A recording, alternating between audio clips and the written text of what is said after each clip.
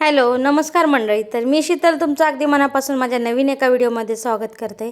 तर हा आठवडा होता माझा म्हणजेच रायांशला सोडण्याचा. कारण तुम्हाला तर मी मागच्याच व्हिडिओमध्ये सांगितलं की एक आठवडा त्याचे बाबा सोडतात, एक आठवडा मी सोडत असते. आता स्कूटी आहे बरं का, पण मला खूप भीती वाटते अशी पाण्याची वगैरे, म्हणजे गाडी सटकायची, त्यामुळे मी काही स्कूटी घेऊन आले नाही. आणि इथे मग रिक्षाची वाट बघत बसले त्याला सोडल्यानंतर. आणि बघू शकता इंद्रायणी नदीचं पाणी आता किती कमी झालेलं आहे. अजिबातच असं पाणी जास्त नाही आहे. आणि त्यानंतर इथं ब्रिजवरचं बरंच काम चालू आहे. रिक्षाची वाट बघत थांबले, पण काय रिक्षा काय थांबेना. म्हटलं आता एकतर उशीर झालेला आहे, सह्याद्री एकटीच घरी होती. एकटी म्हणण्यापेक्षा ती जाते तिच्या मामीकडे उठल्यानंतर. फायनली रिक्षा मला भेटला बरं का. आणि माझी सयू बघा कशी येते उतरून तिच्या मामीच्या इथून. कारण उठल्यानंतर ती डायरेक्टली त्यांच्याकडेच जाते आणि चहा वगैरे पिऊन येते.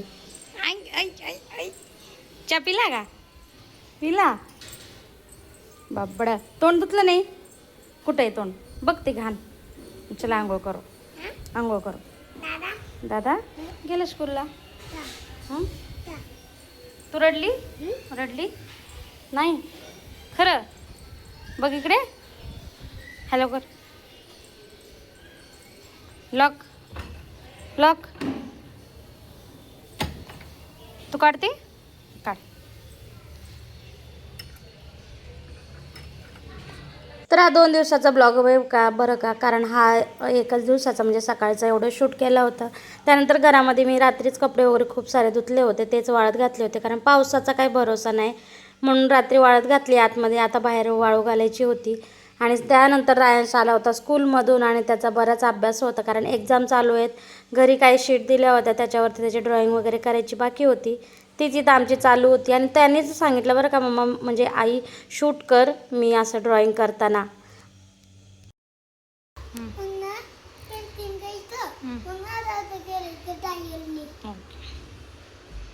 तर हा आहे दुसऱ्या दिवशीचा व्हिडिओ. आणि ह्या दिवशी मला ना खूप सारं काम होतं बरं का. म्हणजे मला भांडी वगैरे घासायला काढायची होती रॅकवरची. रायांशला स्कूलला पाठवलं आज, त्याच्या मामाने त्याला सोडलं.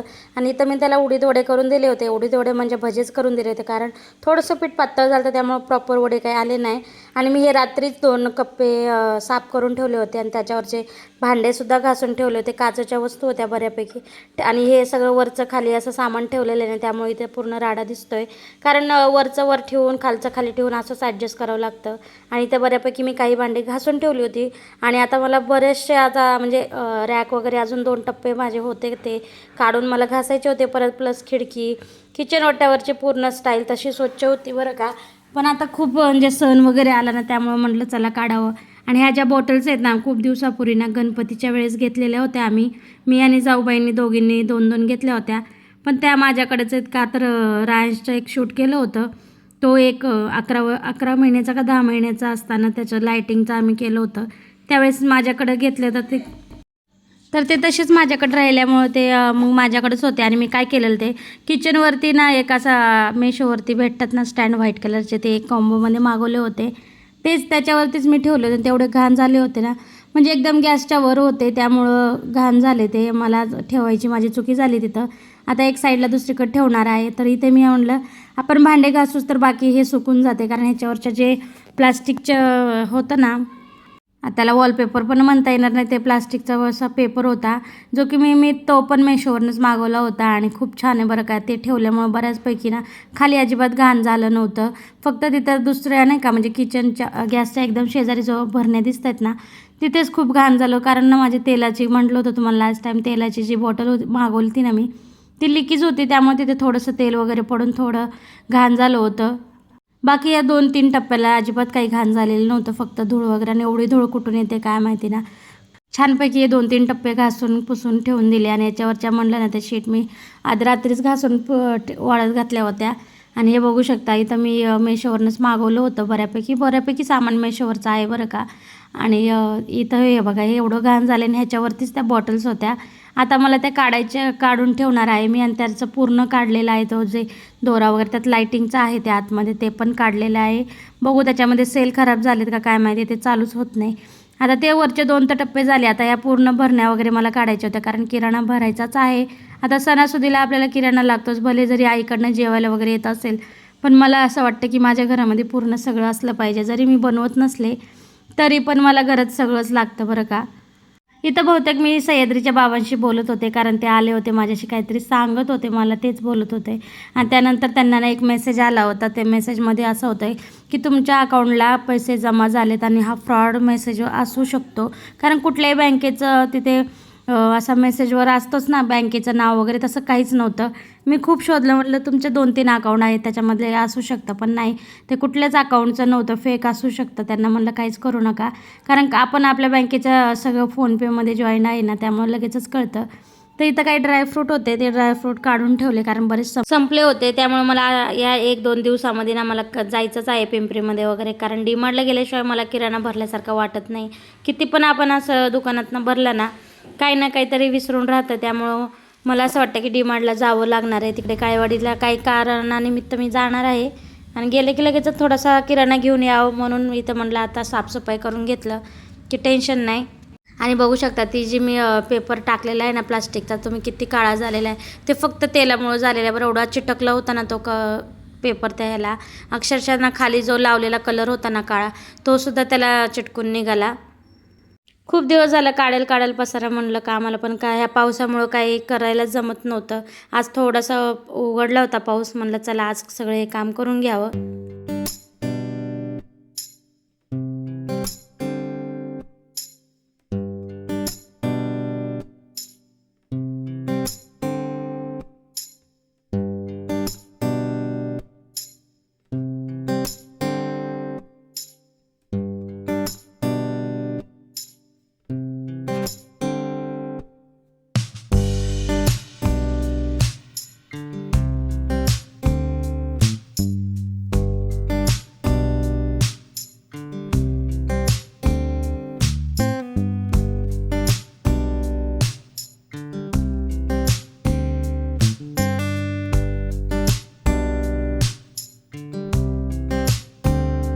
तर इथं माझ्या छोट्या म्हणजे भरण्या पण घासून झाल्या होत्या आणि हे टप्पे पण पुसून झाले होते, पण त्या भरण्या ठेवल्यामुळे थोडंसं ओलं झालं होतं, तेही पुसून घेतलं. आता ह्याच्यावर मला जो पेपर आहे तो पेपर टाकून घ्यायचा होता आणि बऱ्यापैकी सामान लावायचं होतं, कारण आता आजूबाजूला मी बऱ्यापैकी सामान घासून ठेवलं होतं, वाळत घातलं होतं.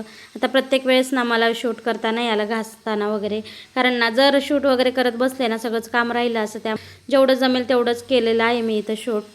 आणि ना हा पेपर खूप कामाचा आहे बरं का मैत्रिणींनो. जर तुमच्याकडे असे रॅक वगैरे असेल ना तर नक्कीच घ्या बरं का. आणि हे पण आता माझं किचन ओट्याखालचं पण सगळं साफ झालं होतं.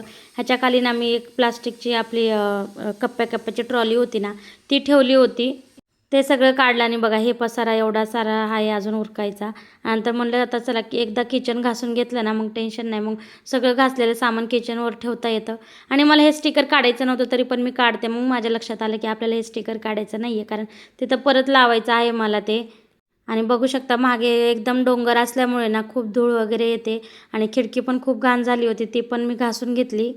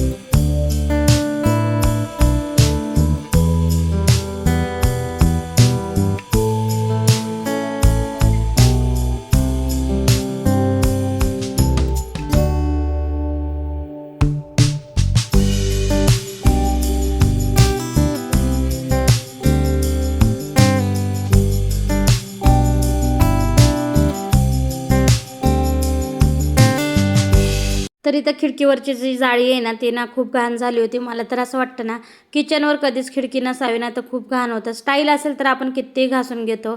त्यानंतर सगळं झालं होतं घासून पुसून. आता म्हटलं चला या भरण्या पुसून घ्याव्या, कारण कोरड्या झाल्या होत्या. एक जागेवर ठेवून दिलं ना मग त्यांची जागा एकदा फिक्स झाली की बाकीची जागा मला म्हणजे बाकीचं सामान ठेवायला कळतं. कारण आता जे पहिला लूक होता त्यात थोडासा बदल करणार होते मी, कारण बरंचसं सामान काही ठेवून देणार होते जे लागत नव्हतं ते. सुरुवातीला इथे राहायला आले तेव्हा मला असं वाटायचं सगळंच ठेवावं, कारण जेवढं लागतं तेवढं सगळं ठेवण्यासाठी मी केलं होतं. पण आता असं वाटतं की त्याचा काही उपयोगच नाही जास्त सामानाचा. तर इथं भरण्या माझ्या पुसून वगैरे झाल्या होत्या आणि मी एक साईडला ठेवून दिल्या होत्या. एवढा कंटाळा आला होता ना, पसारा काढायला काढला मी, पण उरकाव कसं ठेवावं कसं नाही हेच कळत नव्हतं. तर छानपैकी मी इथं किचन घासून पुसून घेतलं होतं. किती छान दिसतंय बघा. आणि नंतर त्या ज्या भरण्या म्हणजे ते हे होत्या ना काचेच्या बॉटल्स, त्या पण मी घासून घेतल्या होत्या. त्याच्यावरचे ते मॅक्रॉन होतं ना ते काढून टाकलं आणि त्या अशाच मी ठेवून दिल्या घासून पुसून. आणि एवढं फ्रेश वाटत होतं ना सगळं. आणि दररोज जरी केलं तरी पण असं वाटतं की महिन्या 2 महिन्यातून असं डीप क्लिनिंग केली ना खरंच खूप छान वाटतं. बऱ्यापैकी माझे इथे भांडेही घासून झाले होते सगळे. आणि हो, जर माझे व्हिडिओज आवडत असतील ना तर चॅनलला सबस्क्राईब करायला अजिबात विसरू नका आणि लाईक पण नक्की करा. कारण एक लाईक मला म्हणजे माझा व्हिडिओ पुढे ढकलला जातो, त्यामुळे लाईक केल्याशिवाय अजिबात पुढे जात जाऊ नका. तरी तर मी सगळ्या जे काय असेल ना प्लास्टिकचं ते सगळं असं व्यवस्थित अंथरून घेतलं बरं का. आणि एवढं फ्रेश आणि एवढं व्हाईट दिसत होतं ना तो पेपर, कारण त्याच्यावरच सगळी अशी घाण झाली होती, धूळ वगैरे. त्यामुळं आणि आज एवढं फ्रेश सगळं दिसत होतं ना की छान वाटत होतं बरं का स्वतःलाच. त्यानंतर असा काही लुक होता माझा बघा पसारा आवरल्याच्या नंतर. आता जे काय आहे ते मी जागेवर ठेवून दिलेलं आहे, पण सगळं घासून वगैरे ठेवलं आहे. आता थोडं हळूहळू जरा ॲडजस्ट करेल सगळा पसारा मी. आणि कसा वाटला आजचा व्हिडिओ तर नक्की कमेंट करून सांगा. आणि इथे बघा मी हे जे ठेवले ना ते इथं मला किचन खाली होतं, ते आता मी किचन खाली काय ठेवणार नाही. आणि ही जी काही तांब्याची भांडी आहेत ती पण घासायची राहिलेली आहेत. बघू आता ना घासते उद्या. आणि पोटमाळ्यावरचंही थोडंसं मला बदलायचं आहे. तर चला भेटूया नेक्स्ट व्हिडिओमध्ये, तोपर्यंत बाय.